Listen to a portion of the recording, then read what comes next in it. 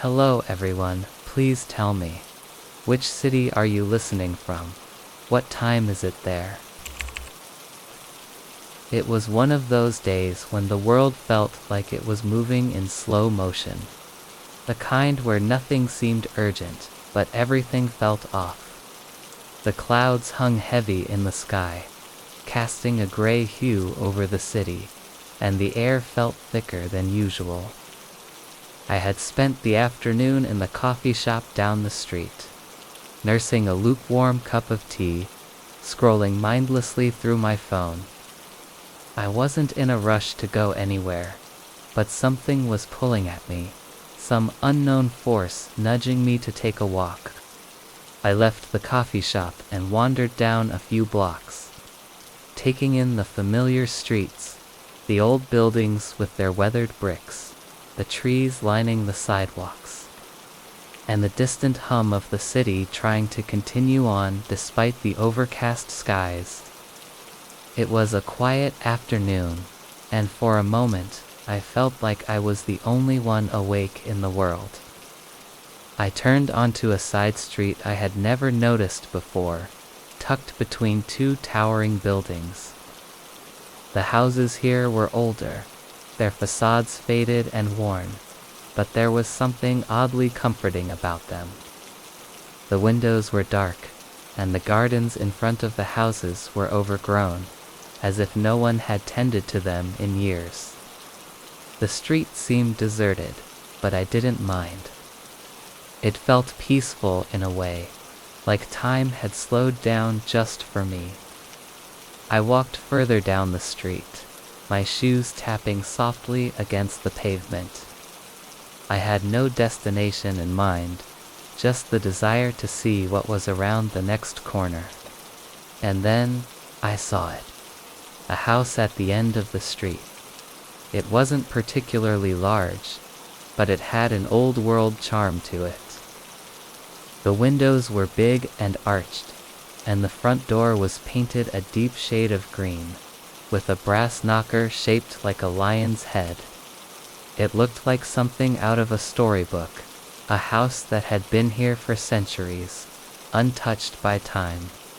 But there was something strange about it, something that immediately drew me in, something that felt oddly familiar, though I couldn't explain why. I stopped at the gate, peering through the wrought iron bars. The garden in front was wild, the flowers untamed and tangled with vines, but it was beautiful in a way that felt untouched by human hands. I stood there for a moment, admiring the house, when I felt its eyes on me. I turned toward the window, instinctively, and there she was. A woman, standing at the window of the house, her figure framed by the curtains. Her eyes met mine, and for a second, everything seemed to pause. She smiled, a slow, knowing smile that sent an unexpected shiver down my spine. It was a warm, welcoming smile, but there was something strange about it. Something unsettling that I couldn't put my finger on. I should have looked away. I should have walked down the street and forgotten about the house, but instead, I stood frozen, staring at her. Her smile didn't waver. It only grew slightly, as though she were waiting for something. For me, perhaps. Her gaze never left mine, not for a second. I glanced down at the gate, considering whether I should leave, but something made me hesitate. The smile lingered in my mind, as if it were beckoning me closer, inviting me into the house. It wasn't a demand, more like a quiet request, soft and persistent.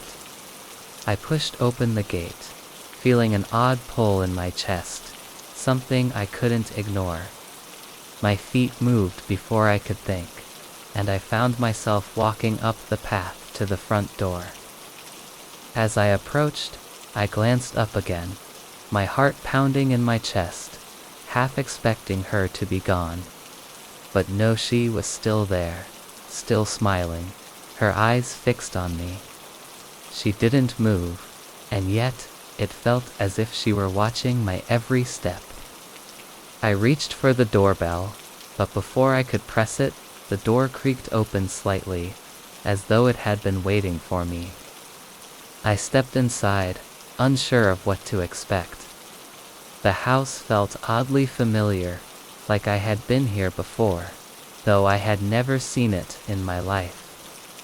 The air inside was cool, and the floors creaked beneath my feet as I moved through the entryway. The hallway stretched ahead of me, dimly lit by the light filtering through the thick curtains on the windows. The wallpaper was old but beautiful, faded floral patterns that had clearly seen better days. The house smelled like lavender and dust, a strange mix of comfort and neglect. I stood there for a moment, taking it all in. The quiet, the stillness. It felt like time had stopped inside these walls. And then I heard a soft sound, a voice calling from somewhere deeper in the house.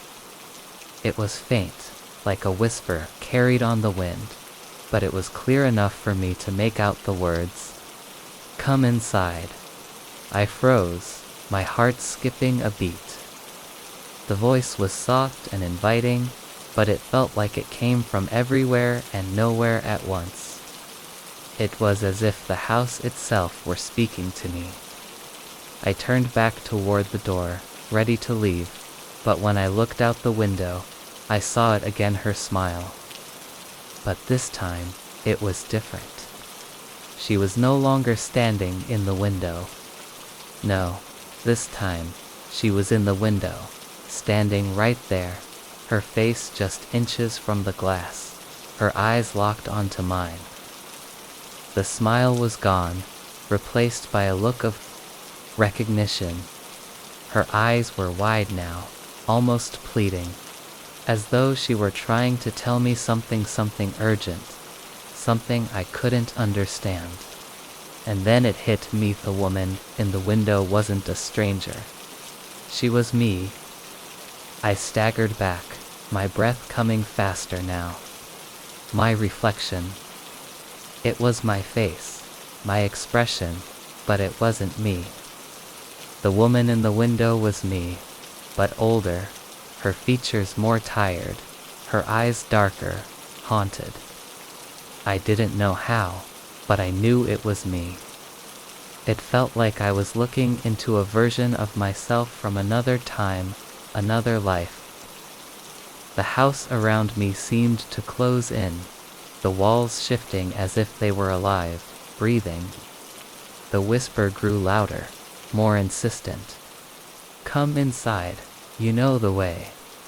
But I couldn't move. My legs were frozen in place, my mind racing, trying to comprehend what was happening.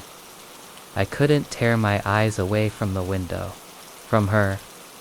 I stumbled backward, heart racing, and before I knew it, I was running out of the house, away from the front door, away from the smile, away from myself. I didn't look back, but as I reached the street, I stopped. I glanced back at the house, my chest heaving. The windows were empty now. The smile was gone, but I could feel it. She was still there, watching me. I don't know if I'll ever walk past that house again. It wasn't a place I had planned to visit, not really. But as I walked down the street that day, something about the shop caught my eye. It was tucked between two larger buildings, the sort of store you could easily overlook if you weren't paying attention. The window displayed a strange assortment of items, vintage books, dusty trinkets, and odd knickknacks that seemed to have no particular rhyme or reason to them. It was an old store, with wooden shelves that creaked when you touched them, and a musty smell of old leather and paper that made the place feel like it had been there for centuries, even though I had never noticed it before. Curiosity got the better of me, and I pushed open the door, the brass handle cold beneath my fingers. As soon as I stepped inside, the bell above the door jingled softly, and I was greeted by the thick air, heavy with dust and history. The store was small but crammed with rows of shelves, each packed to the brim with forgotten objects, old cameras, weathered furniture, strange paintings that I couldn't quite make out, and stacks of books that looked like they hadn't been touched in years. I wandered deeper into the store, taking in the eclectic assortment of items. The lighting was dim, the kind that made everything feel a little mysterious, a little off-kilter. There was a certain stillness in the air, as though the store had been locked in time. And yet, there was something welcoming about it, something that made me want to explore. I reached for a small brass key on a shelf, its smooth surface cool against my fingers. As I held it up to examine it, I noticed the shopkeeper, a man who looked as though he had stepped out of another era. He was old, his face wrinkled and weathered, but his eyes were sharp, piercing. He smiled at me, his thin lips curling up in a way that seemed almost knowing, as if he knew exactly what I was thinking. "Anything in particular you're looking for?" he asked, his voice soft but gravelly. I smiled back, unsure of what to say. "Just browsing," I replied, setting the key back on the shelf. He nodded, his eyes never leaving mine. There was something unsettling about the way he watched me, but at the same time, I couldn't help but feel a strange pull to the store. It felt like there was something hidden in here, something waiting for me to uncover it. After a while, I turned to leave, not wanting to overstay my welcome. I felt a strange sense of reluctance as I approached the door, like I was leaving behind something I hadn't quite understood. As I stepped out of the store and onto the street, I glanced back at the storefront, expecting to see the same old shop I had just left. But instead, I was met with a strange sight. The store was different. The window displayed a different set of items, now vintage clocks, strange artifacts, and old photographs.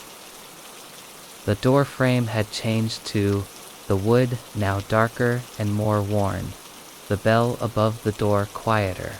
It was subtle, but unmistakable. The store had transformed in the time it had taken me to walk out. I stood there for a moment, confused. Had I imagined it? Maybe I had just been so caught up in the strange atmosphere inside that I hadn't really paid attention to the exterior. But no, the store was different now. I could feel it.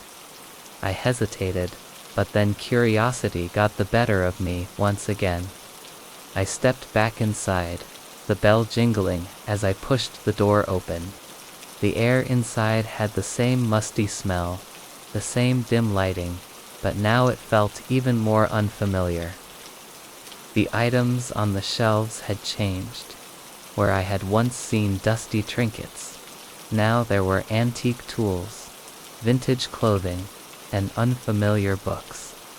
The shopkeeper was still there, standing behind the counter, but now his smile seemed even more knowing, almost as if he had been expecting me. "You've come back," he said softly, his voice a little too calm. I stared at him for a moment, unsure of how to respond. I just wanted to look around again," I stammered, trying to brush off the creeping feeling that something was wrong. He nodded slowly, his eyes glimmering with something unspoken. "Of course, take your time." I spent another few minutes wandering the aisles, but nothing felt the same. The objects seemed more foreign now, more out of place, as if they belonged to a world I couldn't understand. I walked to the back of the store, hoping to find something familiar, something that would ground me. But as I walked past a row of old mirrors, I caught a glimpse of myself. It wasn't a reflection of me as I knew myself though. My face looked different, just slightly, but enough to unsettle me. My features were softer, my eyes darker, almost as if I were a different version of myself. A shiver ran down my spine as I turned away from the mirror, my heart racing. I glanced at the shelves again, and the objects had changed once more. Different items, different things, all out of sync with what I had seen when I first walked in. I turned to the shopkeeper, but he was no longer behind the counter. He had disappeared, leaving the space behind it empty. I felt a rising panic in my chest. I needed to leave, but when I turned toward the door, I froze. The door was no longer there. The space where the exit had been was now just a wall of bookshelves, tall and imposing, blocking my path. My breathing quickened, and I backed away, looking for another way out. But every direction I turned revealed only more shelves, more items, more clutter. The store felt bigger now, stretching out in every direction. And I realized with a sudden jolt that I didn't know where I was anymore. I walked through the aisles, each corner revealing something new, something strange. The air felt heavier. Now, more oppressive, as if the very walls of the store were closing in on me. My hands trembled as I reached for a shelf to steady myself, but when I looked at the items on it, they were different again. Suddenly, the bell jingled. I spun around, my heart leaping into my throat, but no one was there. I was alone in the store. I hurried to the door again, but when I reached it, it had changed once more this time. It was a different design altogether, made of dark wood, its surface polished to a glossy sheen. The outside world felt distant, unreachable, like I had crossed some invisible threshold and couldn't return. In a panic, I stepped outside. The storefront was different again. The sign above the door had changed. The window displayed new objects, new trinkets, none of them familiar. I looked up and down the street, feeling a surge of dizziness. The shop was still there, but it wasn't the same shop I had entered. I stepped back to the door, my heart pounding in my chest, and hesitated before stepping back inside. This time, I knew it was different. Something had shifted. But when I opened the door, the shop was gone. The street was empty, and the door was just a plain old doorway leading to nowhere. It felt like I had never walked into the store at all. And yet, I knew I had. It was late when I found myself at the subway station, standing alone on the platform. The station was unusually quiet for that hour. Usually, the rush of commuters would still fill the space. People hurrying to catch the last trains or lingering at the kiosks, their voices a dull hum in the background. But tonight, the platform was empty. No one else was there. I didn't mind the solitude.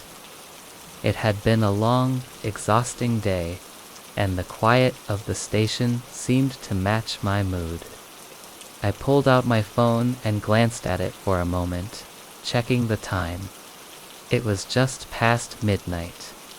I was the last person here, and the thought that I'd be the only one waiting for the next train didn't seem strange to me. The train schedule was pretty consistent, even at this late hour. The platform lights flickered overhead, casting shadows that seemed to stretch and fade in the flickering light. The air felt damp, like it had recently rained outside, though the smell of the underground was always present, metallic, a little stale.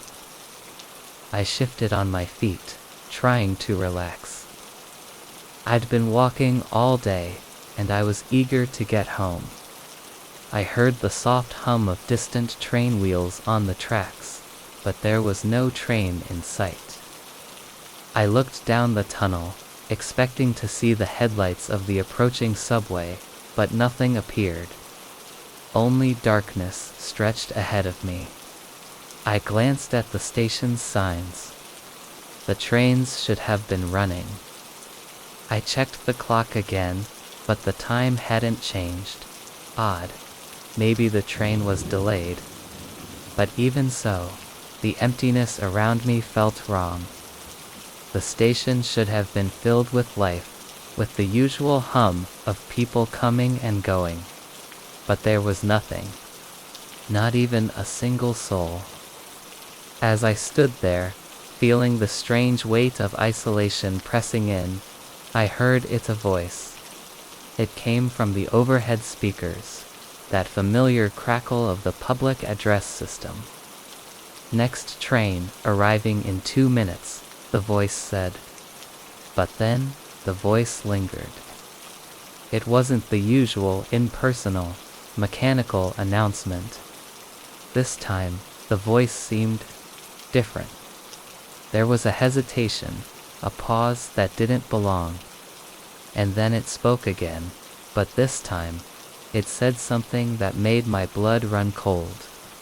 "My name, please proceed to platform 3. I froze. I wasn't imagining it. It had definitely said my name.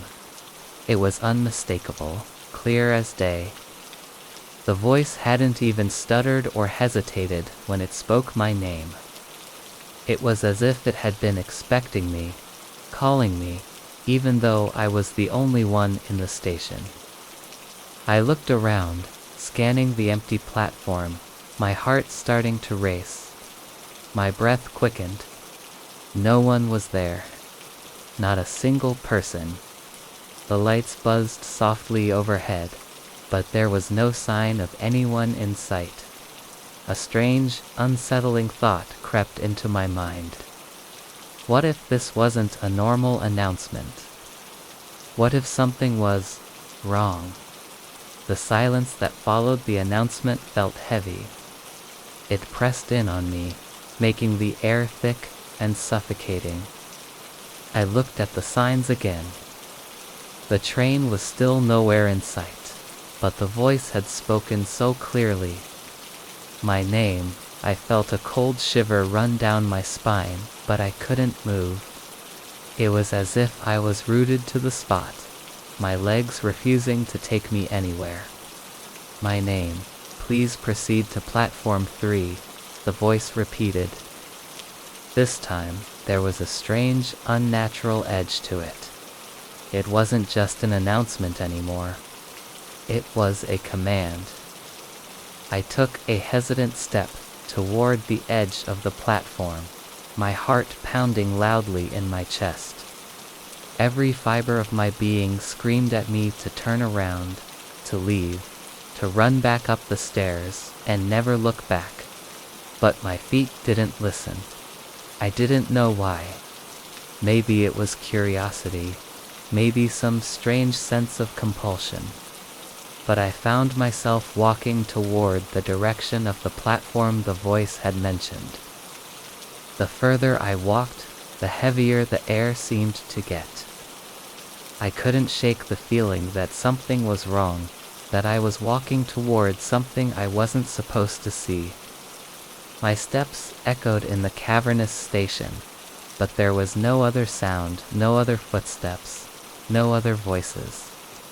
Just that voice, repeating my name in my head, over and over again. I reached platform 3, but there was nothing there. No train, no passengers. The only thing that greeted me was the oppressive silence of the station. The dark tunnel ahead seemed to stretch endlessly, and I couldn't see anything beyond the bend. I stepped closer to the edge, straining to listen for any hint of movement. any sign that I wasn't alone.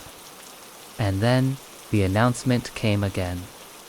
This time, it was louder, more urgent. "My name, the train is waiting for you. Please enter." I looked around, panic rising in my chest. There was no train.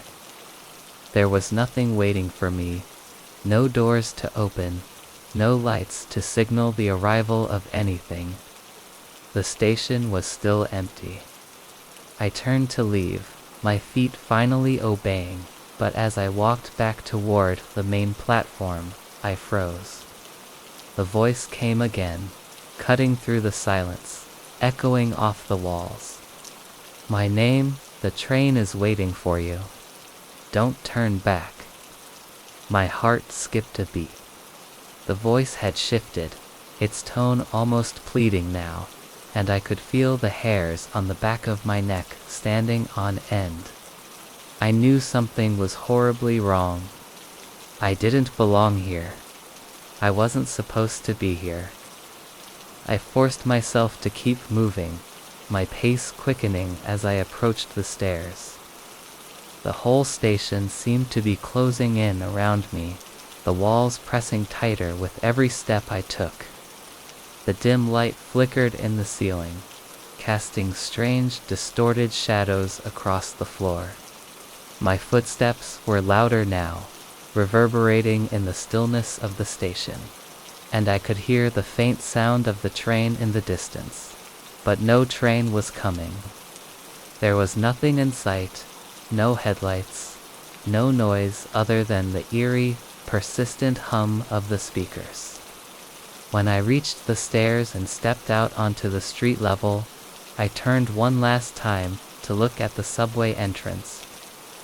The station was gone. The street was empty, silent. The subway doors were nowhere in sight.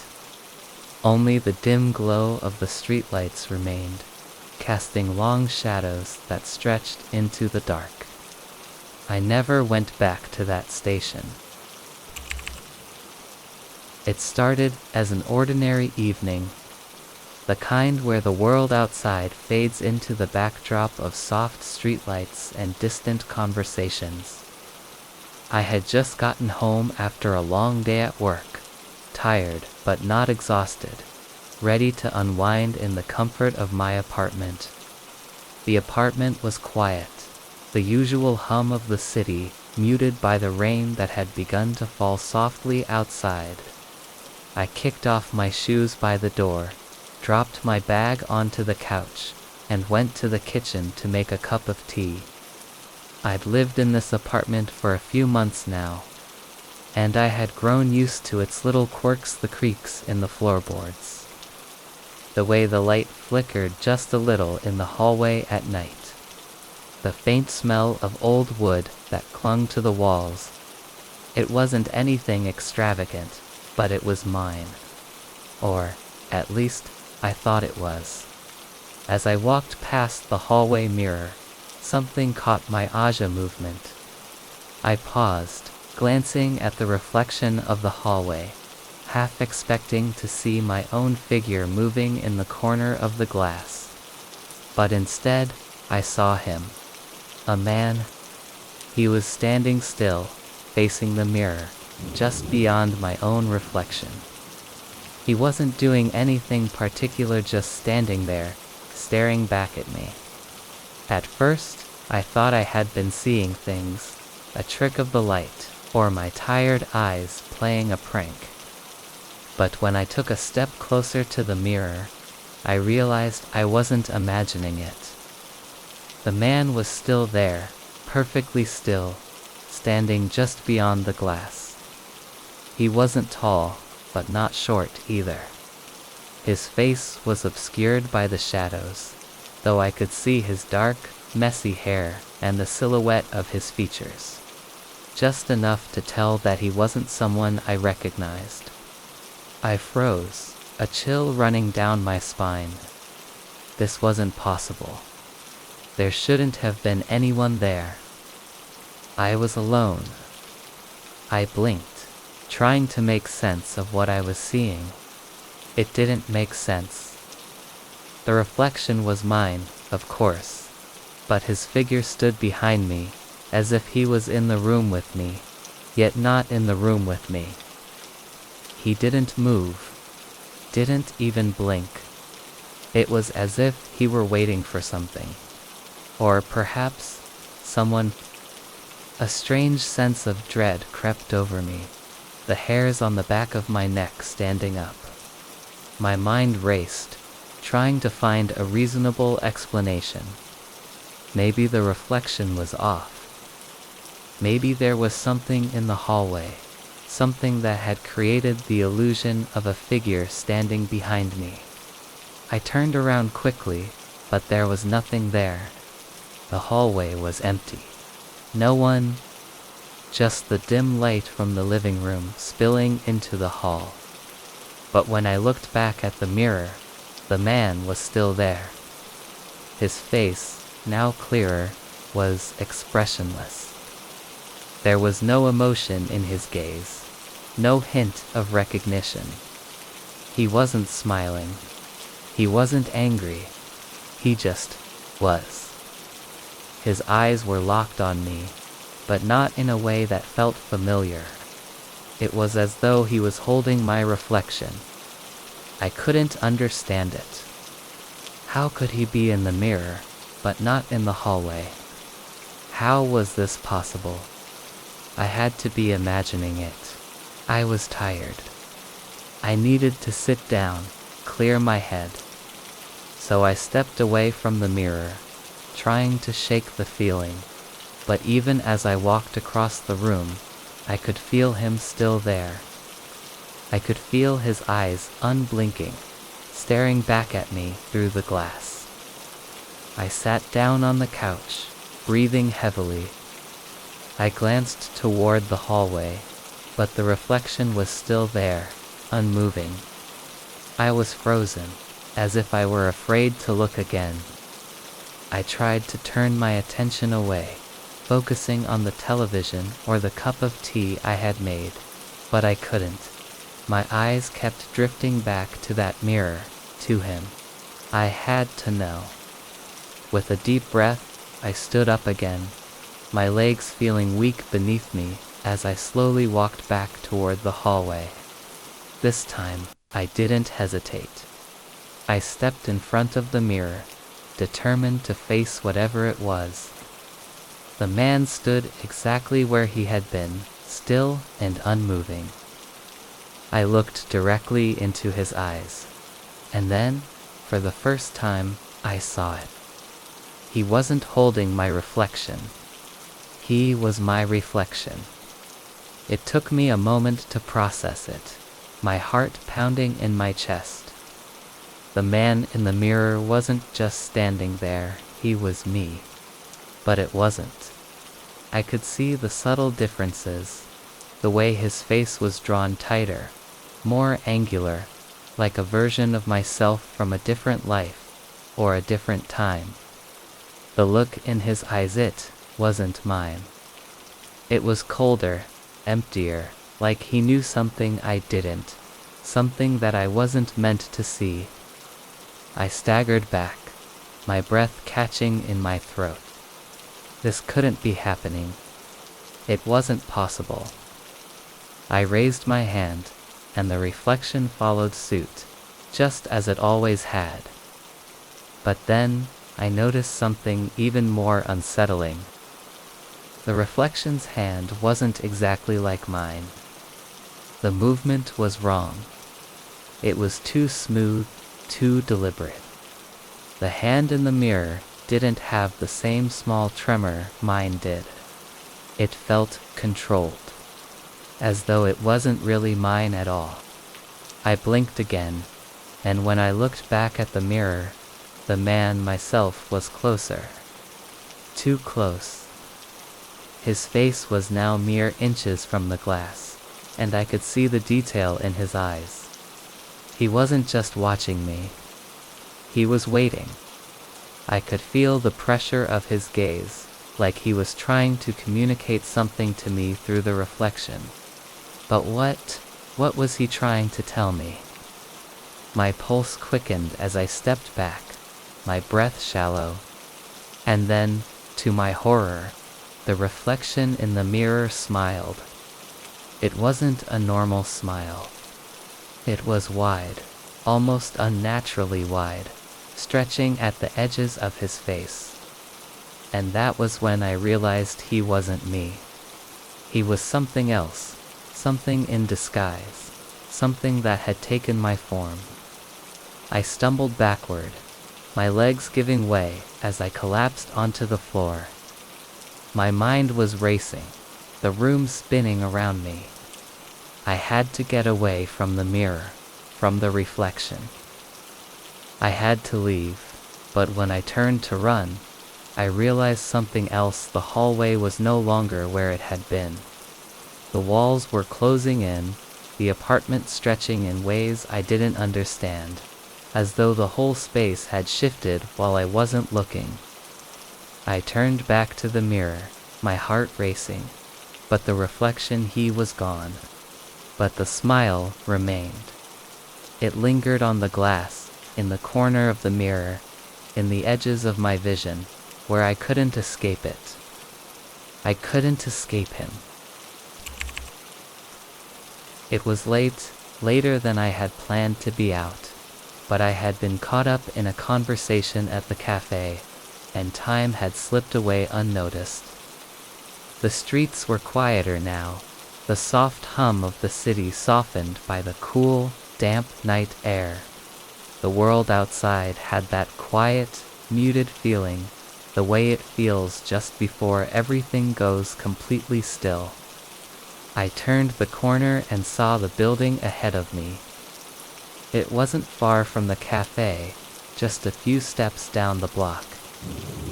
It was an old brick building with a heavy wooden door that creaked every time it opened.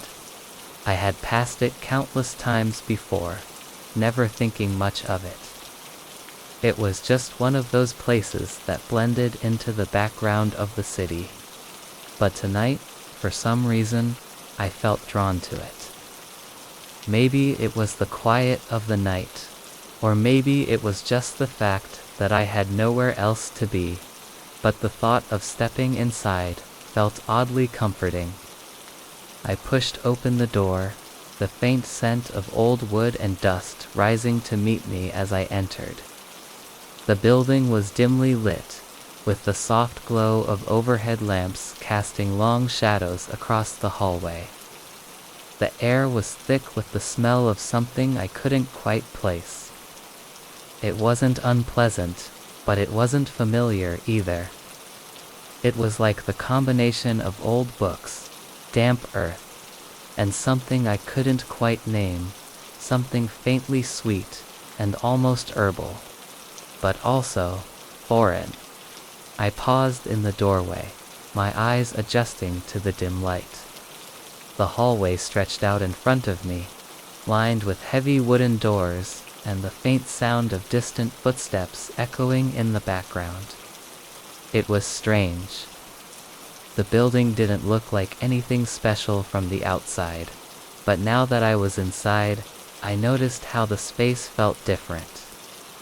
The walls were covered in old wallpaper, peeling slightly at the edges, and the floor was creaky beneath my feet.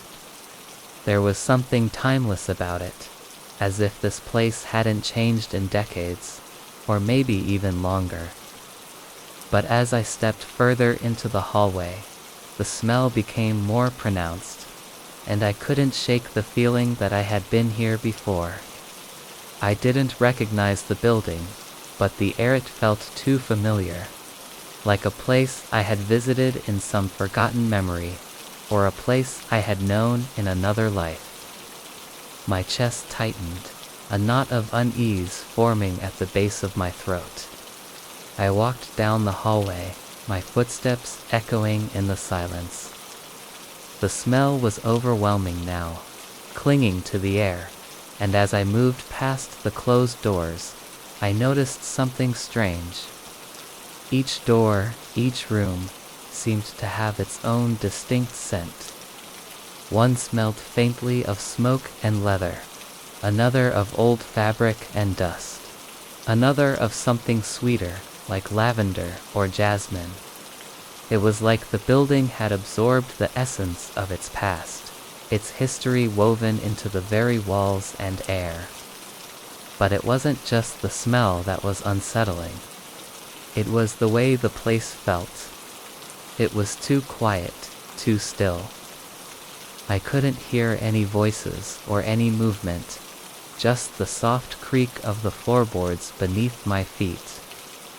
It was as though the entire building was holding its breath, waiting for something to happen. I continued walking, drawn deeper into the building, my curiosity getting the better of me. I passed several more doors, each one locked, but one door at the end of the hallway was slightly ajar. It wasn't much, but it was enough to catch my attention. I stopped in front of it, my hand hovering over the doorknob. Something told me to leave, to turn around and walk out, but I couldn't shake the feeling that I needed to go inside. I needed to know what was behind that door. I pushed it open slowly, the hinges creaking softly as the door swung inward. The room was small, its walls lined with shelves filled with old trinkets, books, and jars of various shapes and sizes. But it wasn't the contents of the room that made me stop dead in my tracks. It was the air. It was heavier in here, thicker, as if the room itself was filled with memories. I stepped further inside, my heart racing as I tried to make sense of the strange, overwhelming feeling that washed over me. The room smelled like something I couldn't remember, like a place I had been, a place that was both familiar and entirely foreign at the same time. The scent of something old, something comforting, and yet something that felt like it belonged to a different time. I turned to look at the far corner of the room, where a small table sat, covered in a thick layer of dust. On the table, there was an old photograph frame, its edges worn and cracked. I reached for it, my fingers trembling as I picked it up. The photograph inside was faded, its details hard to make out, but there was something about it, something that made my breath catch in my chest. I squinted at the image, my heart pounding in my ears, and then it hit me. The people in the photograph, they were me. I didn't recognize their faces, not exactly, but I could feel it, deep down, like a memory that had been buried for too long. It was me, but not me. A version of myself that I didn't recognize, standing in a place that felt so familiar, yet completely unknown. I felt a wave of dizziness wash over me, and I staggered back, nearly dropping the photograph. The room suddenly felt smaller, more suffocating, and the smell grew stronger, more invasive. It was like the air itself was pressing in on me, the scent wrapping itself around me, filling my lungs until I couldn't breathe. I needed to leave. I needed to get out of there, to escape the crushing weight of the room, the building, the overwhelming feeling that I had been here before. But when I turned to leave, I stopped. The hallway was gone. Where there had been a hallway, there was now nothing but a solid wall, the same peeling wallpaper stretching out in front of me. I blinked, my mind reeling. The door behind me had vanished too, leaving only the small, dim room. It was as though the building had closed in around me, trapping me inside. I looked back at the photograph in my hand. The people in the picture, they were still me, but they weren't me. It was like a memory I couldn't place, a place I hadn't been, but had been a part of, once. The smell, the feeling, the air, it all felt like something I had forgotten. only to have it return to me now, in this strange, quiet place. I don't know how long I stayed there, staring at the photograph, the walls, the room. I don't know when the door returned, or when I finally left. But when I stepped back outside, the city had changed. It wasn't the same street I had entered on, the same world I had known. It was different, familiar, but different. And the smell. It stayed with me, lingering in the air, like a place I hadn't been, but had once called home. It was one of those quiet, solitary walks I often took after work. The kind where the world feels like it's winding down, and you're left with nothing but the sounds of your own footsteps and the gentle hum of the city. It had been a long day, and the cool evening air felt refreshing against my skin. I wasn't heading anywhere in particular, just letting my mind wander while my feet carried me down familiar streets. I walked past the usual buildings, the ones I passed every day: shops, cafes, a few apartments. The streetlights flickered on, casting pools of yellow light on the sidewalk. The city felt peaceful in a way, as if everything had taken a pause. I turned onto a street I had never gone down before.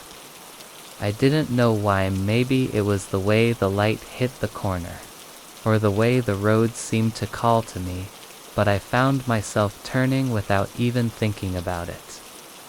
The street was narrow, lined with old houses that had a slightly worn but charming feel to them.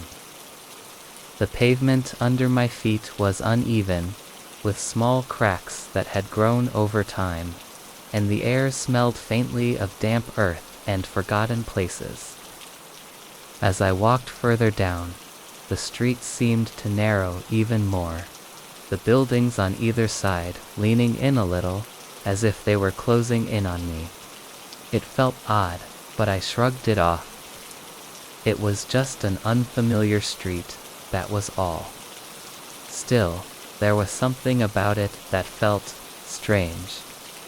The houses seemed older here, darker, like they had stories that no one was willing to tell. I glanced ahead and saw a corner up ahead. It wasn't far, but it seemed so sudden. One moment I was walking straight, and the next I was about to round a sharp turn. The weird thing was, I had no recollection of this corner being there when I had first started down the street. I couldn't remember seeing it before, even though I was sure I had walked this same stretch of road only moments ago. But I continued forward, almost compelled to turn. The moment my foot hit the corner, I felt a small shiver run down my spine. I told myself it was nothing, but the feeling lingered. I stopped for a moment, trying to shake it off, but as I looked down the street, I felt an overwhelming sense of déjà vu. I didn't recognize the street, but I knew this street. There was something about the way the pavement stretched out before me. The way the buildings stood, everything felt so eerily familiar, yet wrong. I continued walking, my pace picking up slightly, my thoughts swirling. And then, it hit me. I had just walked down this same street, passed by the same houses, the same shops, the same narrow path. I had just turned this same corner. The hair on the back of my neck stood up. I looked over my shoulder. The corner was gone. The street was no longer where I thought it should be. I had turned, yes, but it wasn't the same turn I had made a moment ago. The entire street was different now. It wasn't the same street at all. The buildings were taller now, their windows dark and unwelcoming, the lights dimmer, flickering above me. I stood still for a moment. trying to make sense of it, trying to understand how the street had shifted, how it had changed without me even realizing it. My heart was pounding in my chest, and I glanced around. Everything was the same, but nothing felt right. I turned back around, determined to retrace my steps. But when I reached the corner again, I froze. I was back where I started. The exact same corner. The exact same street. The same buildings. The same pavement. Everything was as it had been before, like I had never moved at all. My stomach dropped, and I couldn't shake the feeling that I was stuck in some strange loop, caught between one reality and another. I had just walked this way, hadn't I? I had turned the corner, but now I was back at the same spot as if nothing had changed. I took a step back, my mind racing. I needed to get out. I needed to get away from this feeling. I turned on my heel and started walking again, but the farther I went, the more the streets seemed to twist and bend in on themselves. The same buildings, the same lampposts, the same worn pavement, all of it felt off, like it was a version of the world I didn't recognize, even though I knew it so well. I turned the next corner, and there it was again. The same street, the same corner, the same buildings, but this time I wasn't imagining it. I was stuck. It was like I had walked in a circle, trapped in some sort of invisible loop, unable to escape. I walked faster now, my steps echoing in the empty air, and I felt that familiar sense of panic rising in my chest. I kept walking, looking around in confusion, searching for something, anything that would make sense of what was happening. But every corner I turned, I ended up back in the same place. The buildings loomed closer now, like they were pressing in on me, their windows like dark eyes staring down at me. I wanted to scream, to call out, but there was no one here. The street was empty. The only sounds were my footsteps and the eerie silence that filled the air.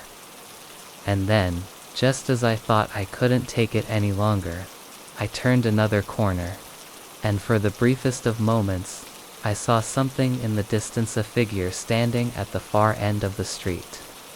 But when I reached the end of the road, there was nothing there. No figure, just the same empty street.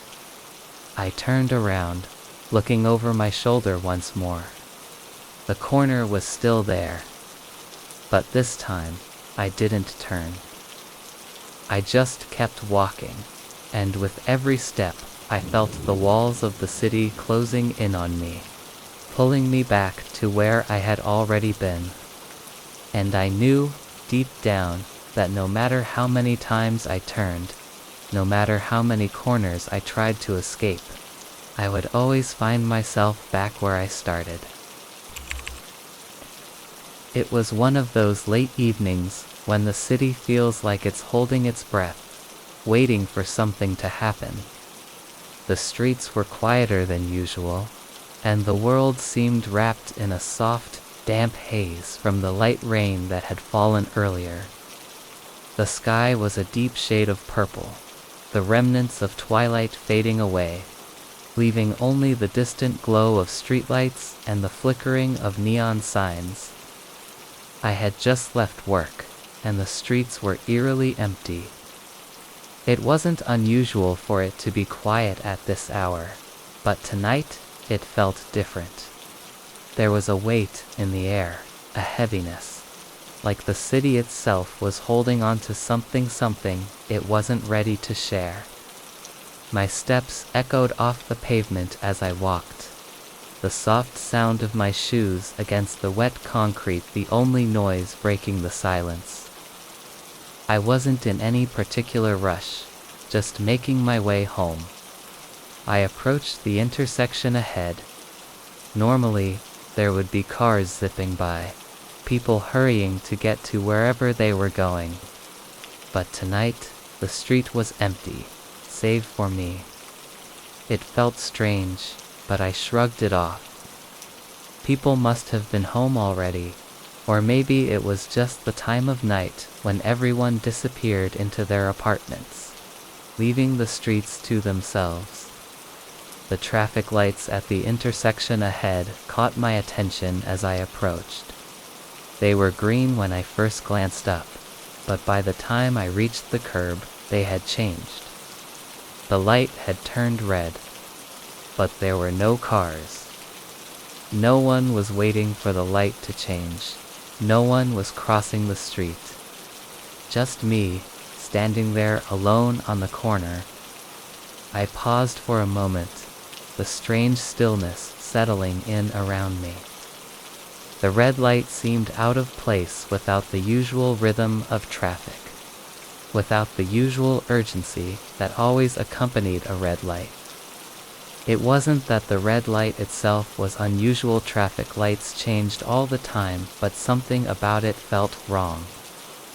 I was the only one standing there, the only one on the entire street, yet the light had still changed. A slight unease prickled at the back of my neck. I looked around again, half expecting to see someone else, a car, a cyclist, anything to break the unnatural quiet. But nothing. The street was still deserted. I took a few steps forward, glancing back at the red light. My footsteps felt louder now, more pronounced against the stillness of the street. The light didn't seem to be changing back, and for some reason, that bothered me. It felt like I was stuck in a moment that had gone on far too long. I stood there for a while, watching the red light blink at me. The street was so still, it felt as if it were suspended in time. A wave of discomfort rolled over me. The city was never like this. There was always something. The hum of distant voices, the sound of tires on the wet pavement, the shuffle of hurried footsteps. But tonight, nothing. I shifted my weight from one foot to the other, wondering if I should cross the street, even though the light was still red. But something stopped me. The light wasn't just red, it felt like it was waiting for something, as though it was part of a bigger, unseen rhythm that I couldn't understand. A small shiver ran down my spine. The stillness stretched on. I glanced up, and the light blinked, almost imperceptibly, as though it was glowing brighter now, more intense, as if it had gained a pulse of its own. I blinked, unsure if I had imagined it.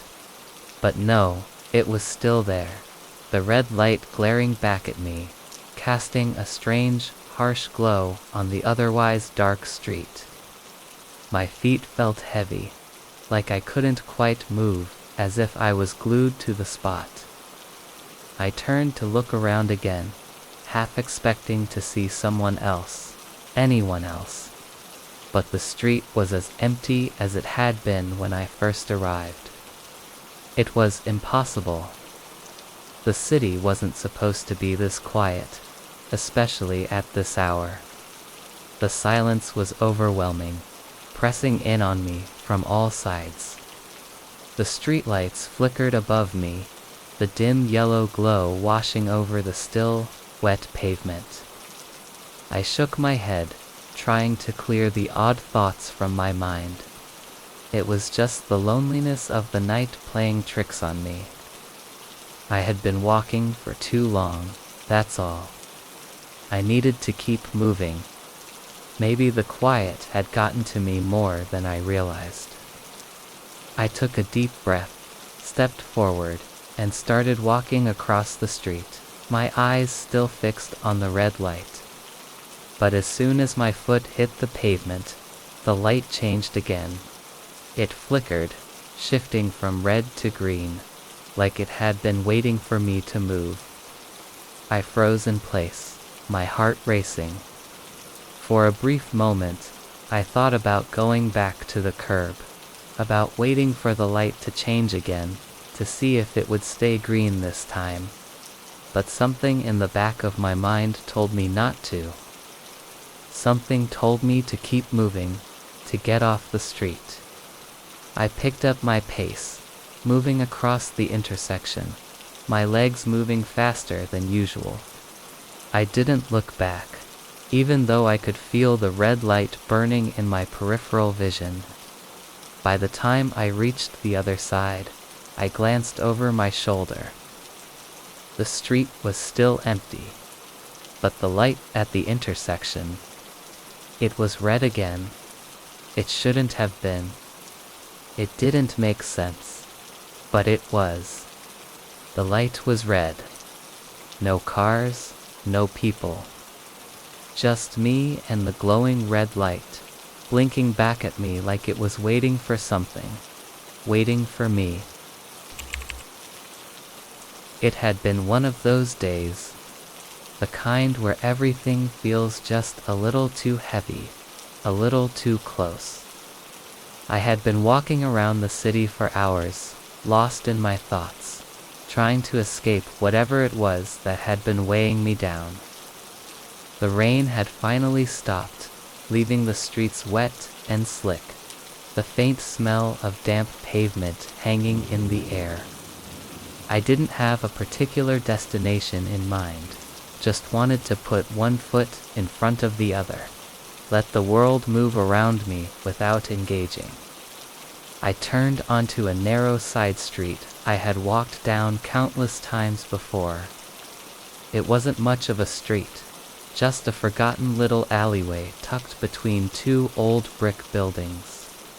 The kind of place most people would never notice.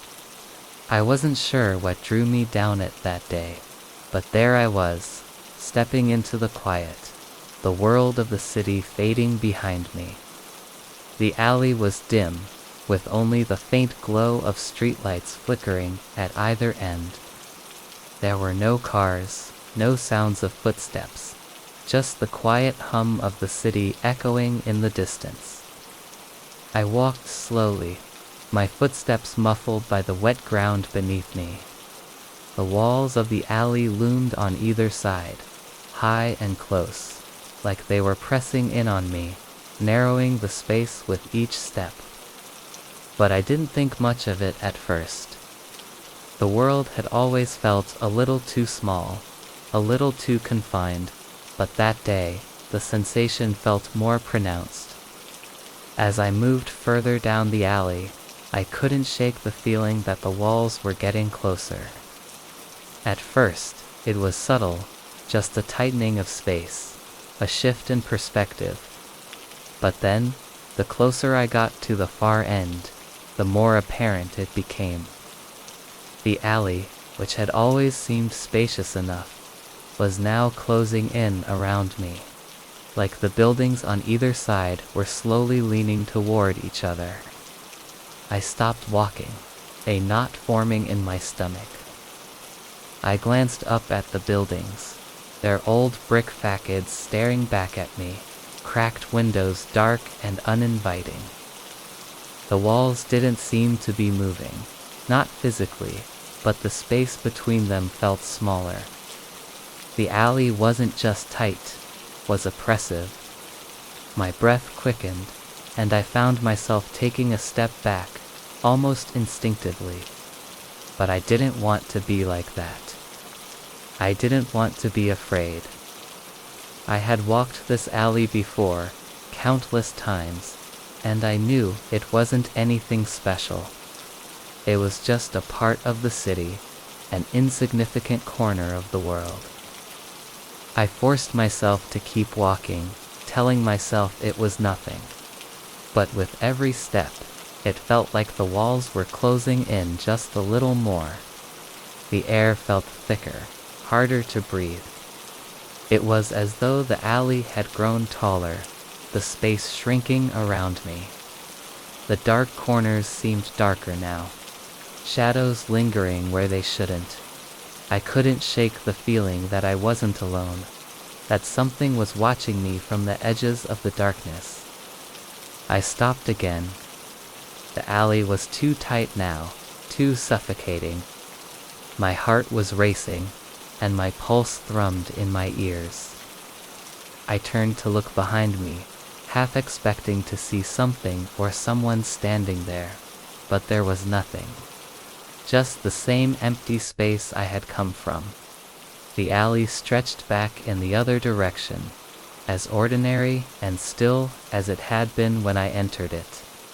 But it didn't feel ordinary anymore. The walls on either side felt too close, too oppressive. I glanced at them again, and this time it felt as if they were bending inward, like they were leaning toward me, closing in on my escape. I wasn't imagining it. I could feel the narrowing space. I could feel the pressure, the invisible force that was pushing against me. I turned and looked down the alley ahead of me, but it was no longer a path I recognized. The end was no longer visible. It wasn't even an alley anymore. It was just a narrow, shadowed tunnel stretching endlessly forward. The walls seemed to stretch up forever, their surfaces dark and unyielding.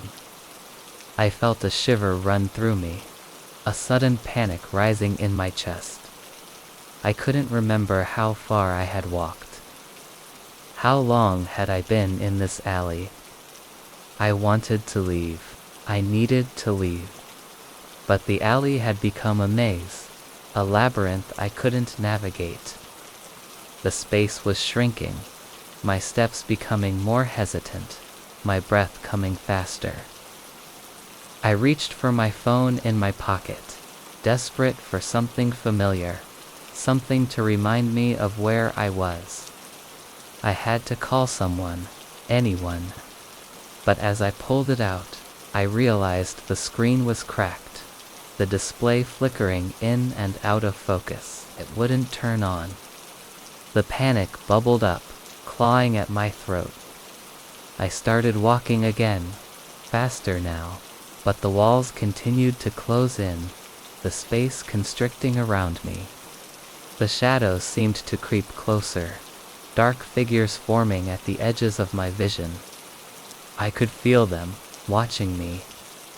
I could hear whispers now, soft and distant, like they were coming from just beyond the corners of the alley. I spun around again, the fear overwhelming me now. I couldn't see anyone, but I could feel them there, pressing in on me, suffocating me. My steps became more frantic, my mind racing. The alley wasn't just closing in, it was swallowing me whole. The end was nowhere in sight. No matter how far I walked, no matter how fast I moved, the alley stretched on, its walls growing tighter with every step. The air felt thick and damp, suffocating, and my lungs burned as if I couldn't get enough oxygen. The walls felt so close now, like they were closing around me, like they were going to crush me if I didn't find a way out. And then, just when I thought I couldn't take it anymore, I saw it. A door. A small wooden door at the end of the alley, tucked away in the shadows. It wasn't there before. I was sure of it. But it was there now, and it was my only hope. I stumbled toward it, my hand trembling as I reached for the doorknob. But before I could touch it, I felt something cold and heavy press against my back. The walls, the alley, the entire space seat had closed in completely. There was no way forward, no way back. The whispers grew louder, more urgent, until they became a roar in my ears, drowning out everything else. I turned to face the wall, my heart pounding, but there was nothing. No escape. the last thing I remember was the pressure of the walls, the overwhelming darkness, and the sense that the alley had never ended. It had just swallowed me whole. I don't know why I went into the cafe that day. Maybe it was the rain, or the way the cold seemed to seep into my bones. Or maybe it was just the familiar warmth that promised a few minutes of refuge from everything outside.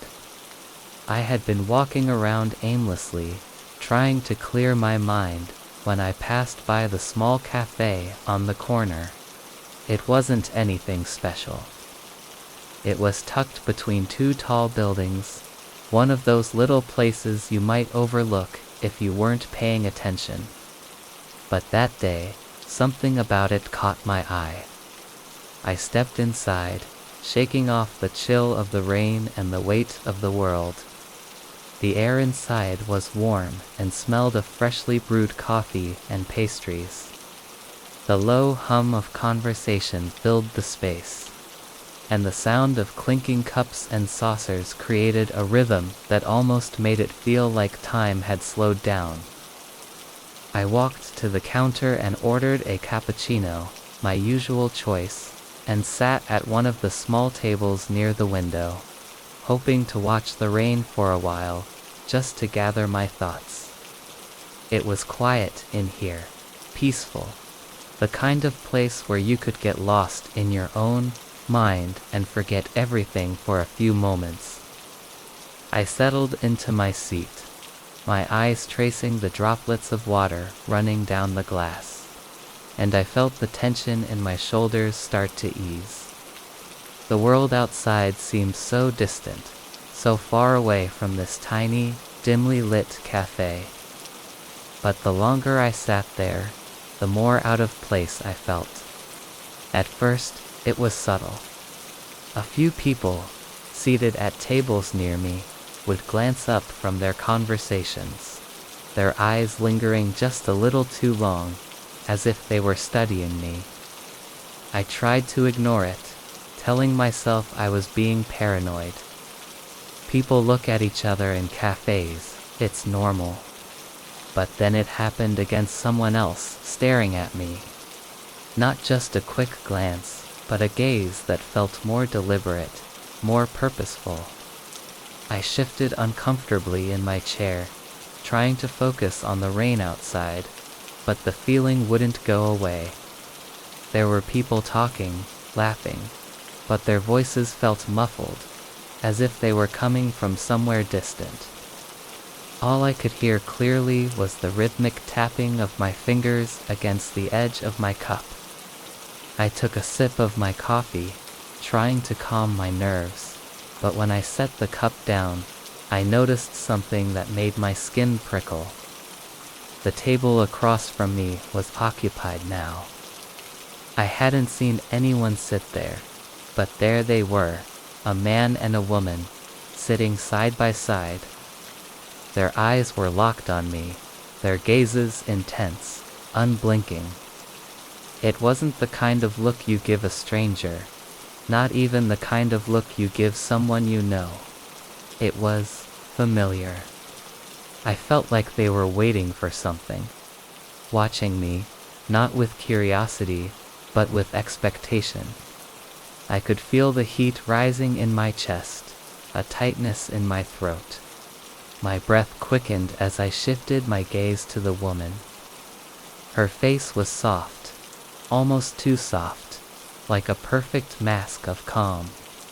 She smiled at me, but it wasn't a warm, friendly smile. It was knowing. It made my stomach turn, and I could feel a cold sweat forming on the back of my neck.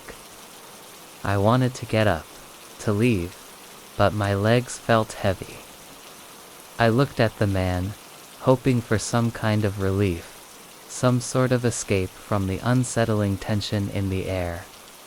But his eyes were fixed on me too, and they were the same eyes, the same gaze. It was like they were both waiting for something to happen, waiting for me to move, to make a decision. That's when I heard it, the faintest whisper. so soft I wasn't sure if I had imagined it. It came from their direction, but it wasn't a word. It was a sound, almost like a breath, a sigh, but it felt like it was directed at me. The hairs on the back of my neck stood up, and I felt my heart rate spike. I quickly glanced down at my hands, gripping the edge of the table tightly, my knuckles white.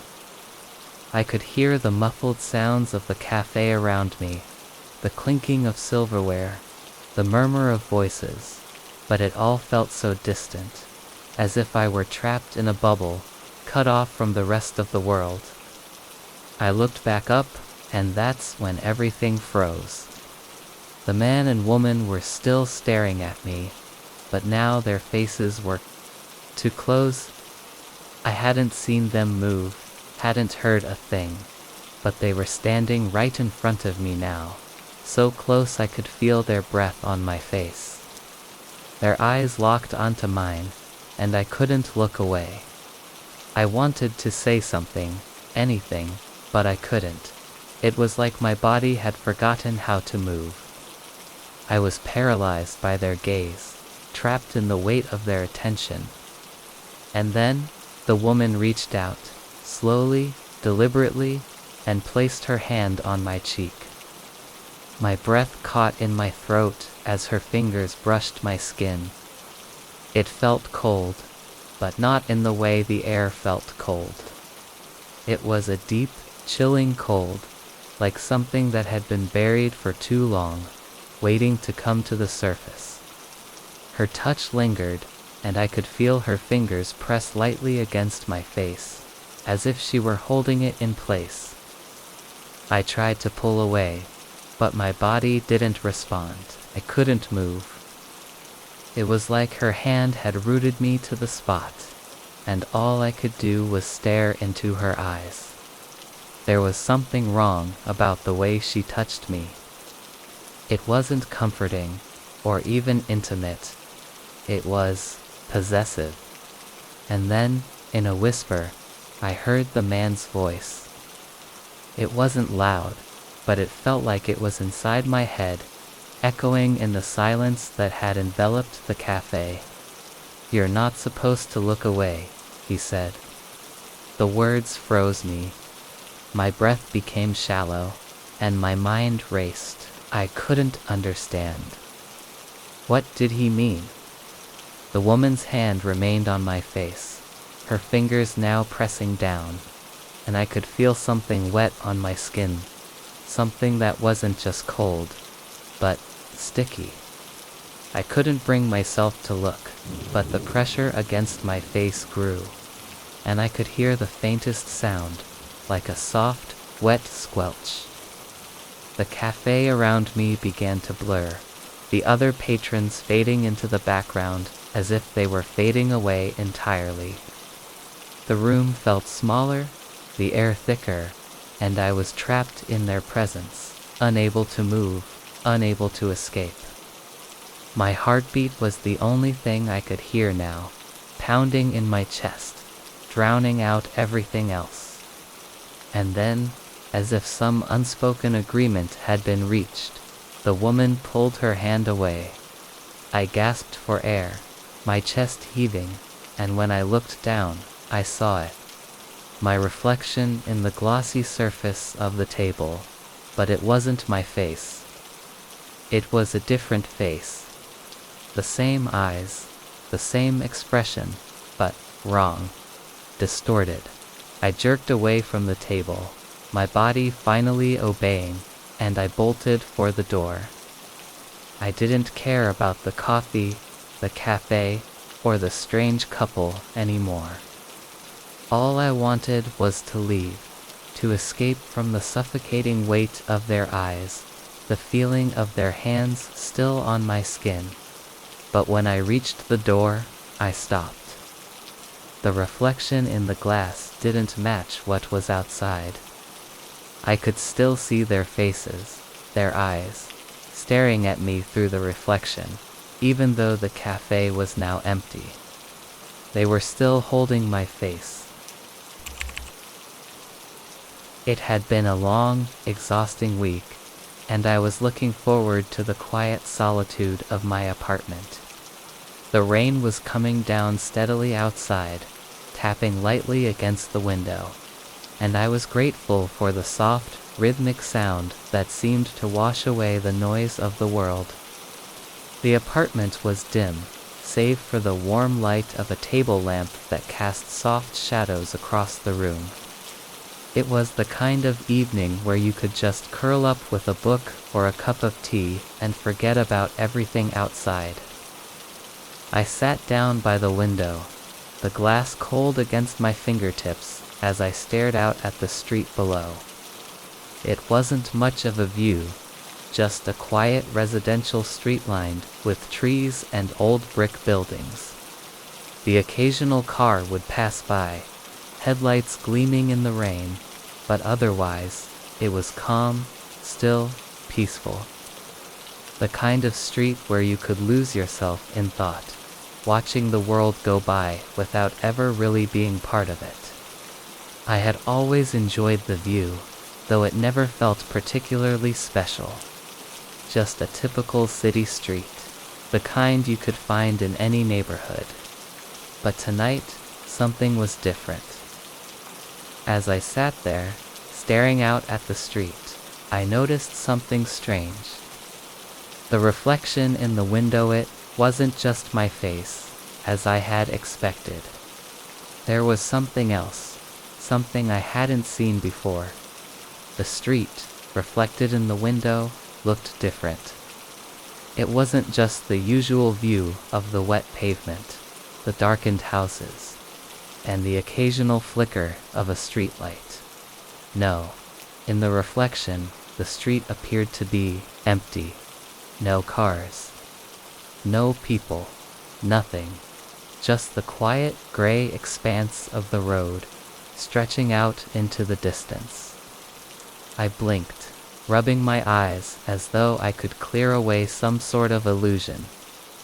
I had been sitting there for a while, yes, but I was certain I had seen people walking earlier. A man with an umbrella, a woman carrying groceries. I had even watched a dog run past, its leash tugged by a small child. But now, in the reflection, there was no sign of anyone. I stood up, moving closer to the window, trying to make sense of what I was seeing. I leaned forward, pressing my palm against the cold glass, my breath fogging up a small patch in front of me. But the street, as reflected in the window, was still unnervingly empty. It didn't feel right. The city was never this quiet, especially on a rainy evening. The hum of life should have been there, faint but persistent. But it wasn't. I stepped back from the window, my mind racing. Maybe it was the rain playing tricks on me, or the way the light was hitting the glass. It could have been any number of explanations, but none of them seemed to make sense. The emptiness, the silence, it was too unsettling. I couldn't shake the feeling that something was wrong, but I didn't know what. The sound of rain against the window seemed to grow louder, more intense, as though the world outside had grown heavier. I turned away from the window and walked to the other side of the room, trying to push the feeling out of my mind. I distracted myself with a book, something familiar to focus on, but the quiet kept gnawing at the edges of my thoughts. The empty street kept pulling at me, and I found myself glancing back at the window every few moments. I told myself to stop being so paranoid.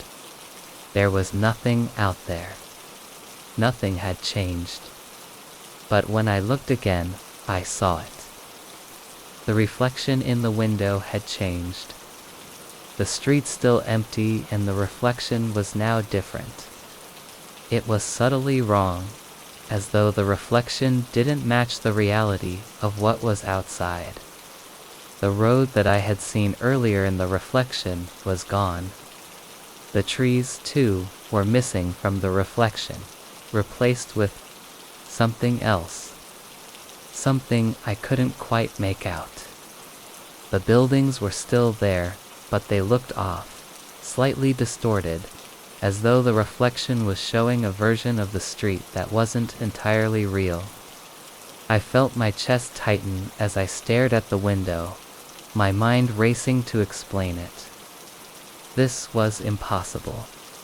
I had seen the street, the trees, the people, but in the reflection, there was no one. The street was just a blank, empty void. A stretch of road that seemed to go on forever, with no one walking, no cars passing, nothing moving. I stepped back from the window again, my heart pounding in my chest. I couldn't understand it. How could this be happening? I took a few deep breaths, trying to steady myself, to make sense of what I was seeing. But the more I looked, the more distorted the reflection seemed. The street, the trees, everything wasn't just my mind playing tricks on me. I paced around the room, looking anywhere but at the window. But I couldn't help myself. I had to look again. I had to know if it was still there, if the street outside was truly empty. When I turned back to the window, I was almost afraid to look. But I did. This time, the reflection was different again. The street was still empty, but now the reflection showed something I hadn't seen before. In the far corner of the reflection, just barely visible, was a figure. A person, standing under one of the streetlights, their back turned to me. I froze. The figure was standing still, motionless, just like the rest of the reflection. But it was so subtle, so faint, that I wasn't sure if I was imagining it. It was as though it didn't belong there, like it was out of place, part of a different world altogether. I wanted to move closer, to get a better look, but my feet felt rooted to the ground. I couldn't take my eyes off the reflection. The figure seemed to shift ever so slightly, its shape moving in a way that didn't quite match the stillness of the rest of the scene. It didn't make sense. How could a person be standing there, in the reflection? Yet I couldn't see them outside the window. My thoughts were spiraling, each passing second making the situation feel more surreal. I turned around, looking over my shoulder to see the street through the actual window. But it was just as empty as it had been before. There was no one out there, not even a shadow. I turned back to the window, my breath shallow now. The figure was gone. The street, in the reflection, was empty once again. There was no sign of anyone, no figure, no movement. Just the empty road stretching out under the streetlights, the rain falling endlessly. I could still feel the weight of the figure in the corner of my mind, though. The strange feeling that it had been there, watching me. But there was no one on the street. No one ever had been. It was a chilly autumn afternoon when I decided to take a walk through the park. The kind of day where the air is crisp, and the ground is littered with golden and brown leaves, crunching underfoot with every step. It was the sort of walk I had taken hundreds of times before, the kind that allowed me to clear my mind and find a little peace amidst the chaos of life. The park wasn't far from my house, just a short walk through the neighborhood. But it always felt like stepping into another world, one that was removed from everything else. The trees stood tall, their branches swaying gently in the breeze, and the scent of damp earth mixed with the faint hint of something sweet, like a distant bakery, or maybe it was just the memory of old autumns. I liked to sit on the same bench, a simple wooden one near the pond, where the sunlight filtered through the leaves, casting long shadows on the ground. It was a place where I could be alone, just me and the quiet murmurs of nature. On that particular day, as I walked deeper into the park, I noticed her. At first, I thought I was imagining things. She was standing at the far end of the path, near the entrance to the little grove where the old swing set used to be. Her figure was slender, her long dark hair falling in loose waves around her shoulders. She was dressed in a soft, gray sweater, the kind that seemed to blend in with the overcast sky, and jeans that were a bit too loose, as if they were too large for her frame. It was nothing particularly remarkable, but there was something in the way she stood, something that made me pause. It wasn't just her appearance, but her posture, the way she seemed to belong to this place, as if she had always been there, just waiting to be noticed. I turned my head to look again, half expecting her to be gone, but she was still there, her gaze fixed ahead, staring at something I couldn't see. It was strange. I hadn't seen her before, and yet there was something familiar about her presence. Something I couldn't quite put my finger on. I took a few steps closer, deciding to pass by her as I normally would with anyone I saw in the park. The wind had picked up slightly, rustling the leaves and carrying with it the faintest whisper of something, a murmur. Maybe a name, or a word I couldn't quite make out. It was as if the air itself was speaking, but when I looked around, I was alone.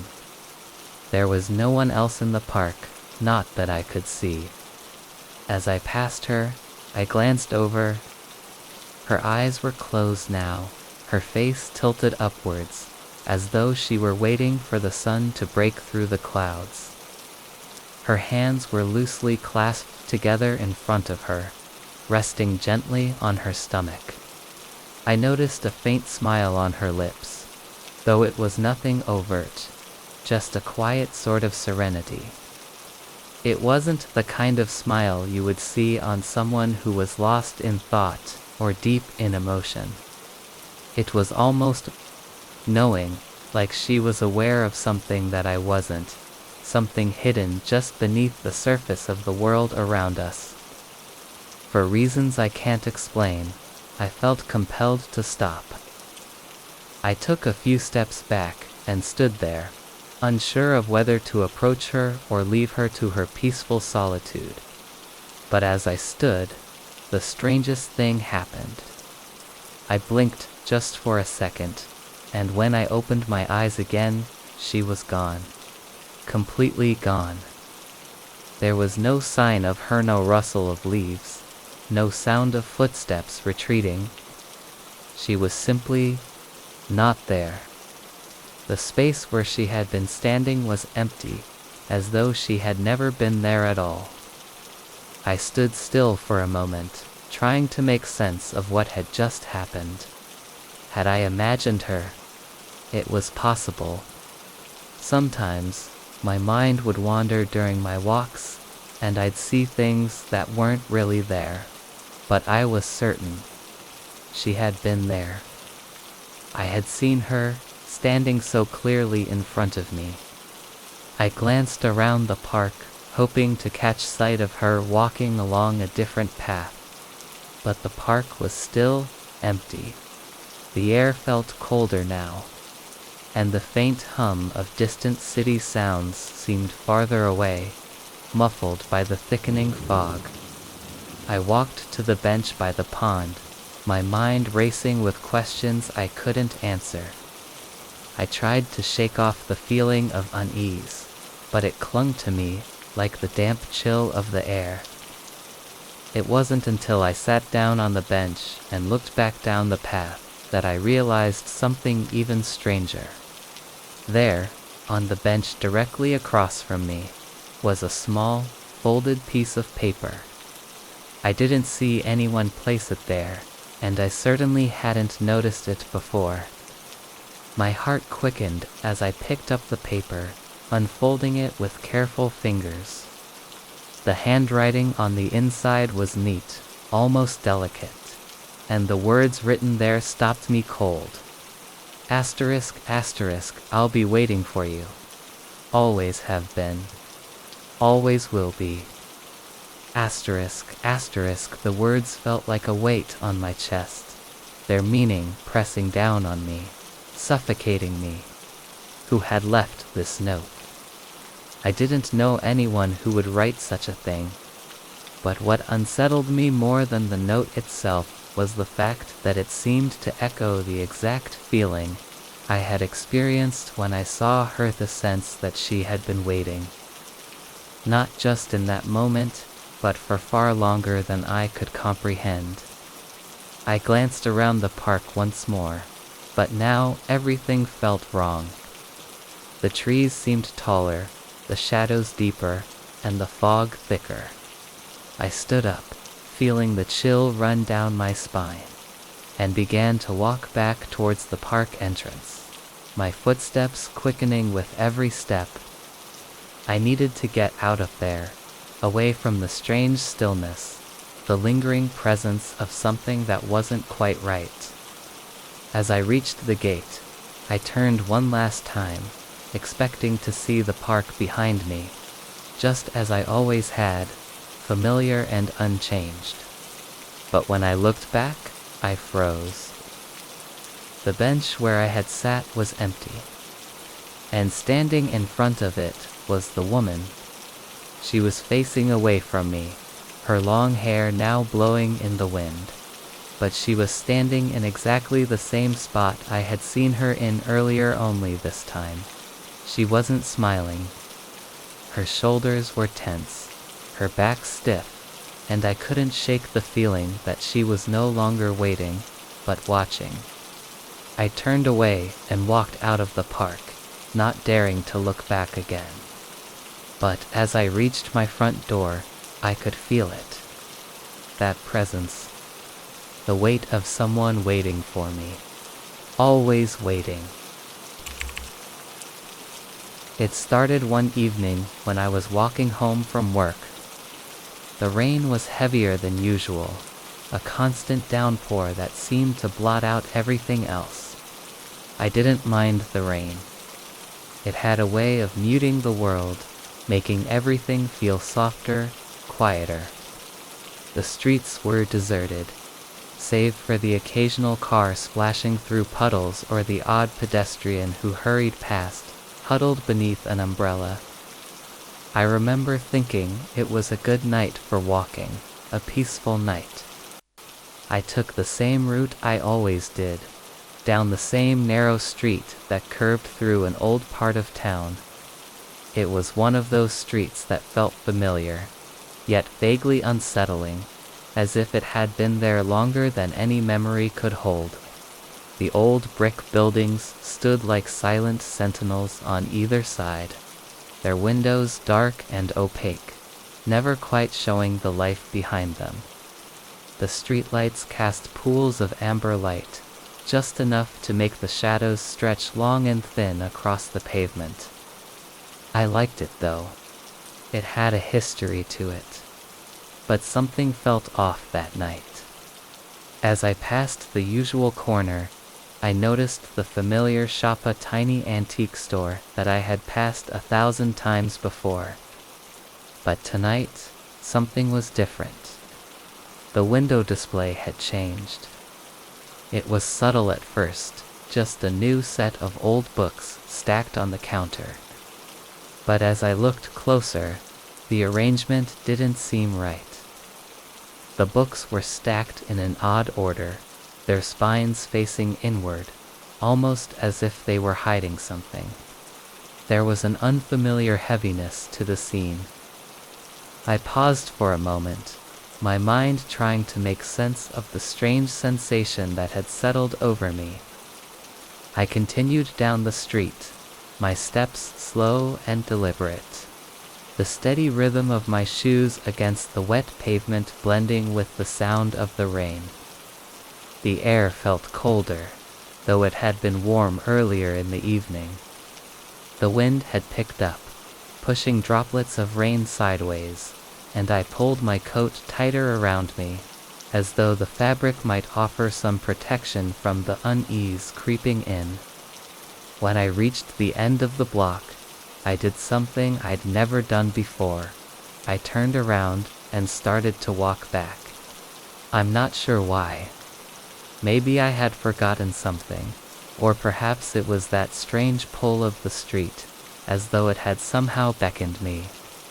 But as I made my way back, I noticed something even stranger. The street looked different. The buildings were still the same, but there was a subtle shift in the atmosphere. The antique store was gone. In its place, a small cafe had appeared when I was certain had never been there before. I couldn't believe it. I had just passed this exact spot, and the shop had been there. I rubbed my eyes, thinking maybe I had missed it. I walked closer to the cafe, trying to make sense of what I was seeing. It was warm inside, a golden light spilling out through the windows, and the scent of fresh brewed coffee lingered in the air, but there was something strange about it.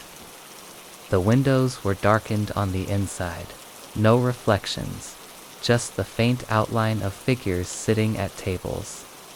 But they weren't moving, and that stillness felt wrong, like they were frozen in place. I quickly turned away, the sense of unease growing stronger in my chest. I couldn't remember the last time I'd felt so unsettled. But I kept walking, convinced it was some trick of my tired mind. I glanced back again, but the cafe was gone. In its place stood the antique store, just as it had before. The books were still stacked in that strange, hiding arrangement. I kept walking, not knowing what else to do, my mind swirling with confusion. How could I have missed something so obvious? Or had I? Was I losing track of where I was? Was I forgetting things? I crossed the same street 3 more times that night, each time seeing something different, something that didn't belong. The cafe, the antique store, and then another building altogether, a bookshop, a dimly lit bar, a narrow alleyway that shouldn't have existed. The third time I turned around, the street was almost unrecognizable. The buildings were unfamiliar now, strange in their architecture, as though they had been designed by someone who didn't understand the city's layout at all. The shadows stretched long, but they seemed to move in ways they shouldn't have, flickering at the edges of my vision. I tried to remember what I was doing there, why I kept retracing my steps, but I couldn't. I couldn't even remember where I had come from, or where I was going. It felt like I had been walking this same stretch of road for hours, maybe days, but there was no sense of time, only the ceaseless pattering of rain against the pavement. I couldn't understand it. The street had never looked like this before. It wasn't just the shops changing, or the buildings shifting. It was something deeper, something in the air itself, something that felt wrong. There were people now, though I hadn't seen them before. They stood in doorways, watching me as I passed, their eyes dull and lifeless, their faces as if they were caught in some perpetual moment of stillness. I wanted to ask them if they saw what I saw, but I couldn't. I couldn't bring myself to speak. Finally, I reached the end of the street again, but this time I didn't turn around. I didn't have to. The street was still behind me, but it felt distant, as though I had already left it, as though it was no longer there at all. I was standing in a place that wasn't the same place I had walked through earlier, but I couldn't say where I was. The rain still fell, and the world still felt muffled, but I felt a strange emptiness, a hollow space where my thoughts should have been. I wasn't sure if I had walked through time, or if time had walked through me, but something had changed in me. Something fundamental had shifted, and it left me with the unmistakable feeling that I had been somewhere, done something, and forgotten it all, trapped in a loop I couldn't escape. I glanced over my shoulder, half expecting to see the street again, but there was nothing there. The road had vanished, and the city stretched out before me, unfamiliar and cold. I stood there, unable to move, as the rain continued to fall. The whispers, faint at first, grew louder in my ears, and I realized they were not just the wind or the rain. They were voices, voices I couldn't understand, yet they seemed to know me. They seemed to know my thoughts, my fears, my deepest secrets. I turned and walked away, but the feeling lingered. It stayed with me, clinging to my skin, to my breath, to every step I took. I don't know if I'll ever find that street again. And sometimes, when I walk down unfamiliar roads, I catch myself looking over my shoulder, half expecting to see it behind me, changing with every step I take.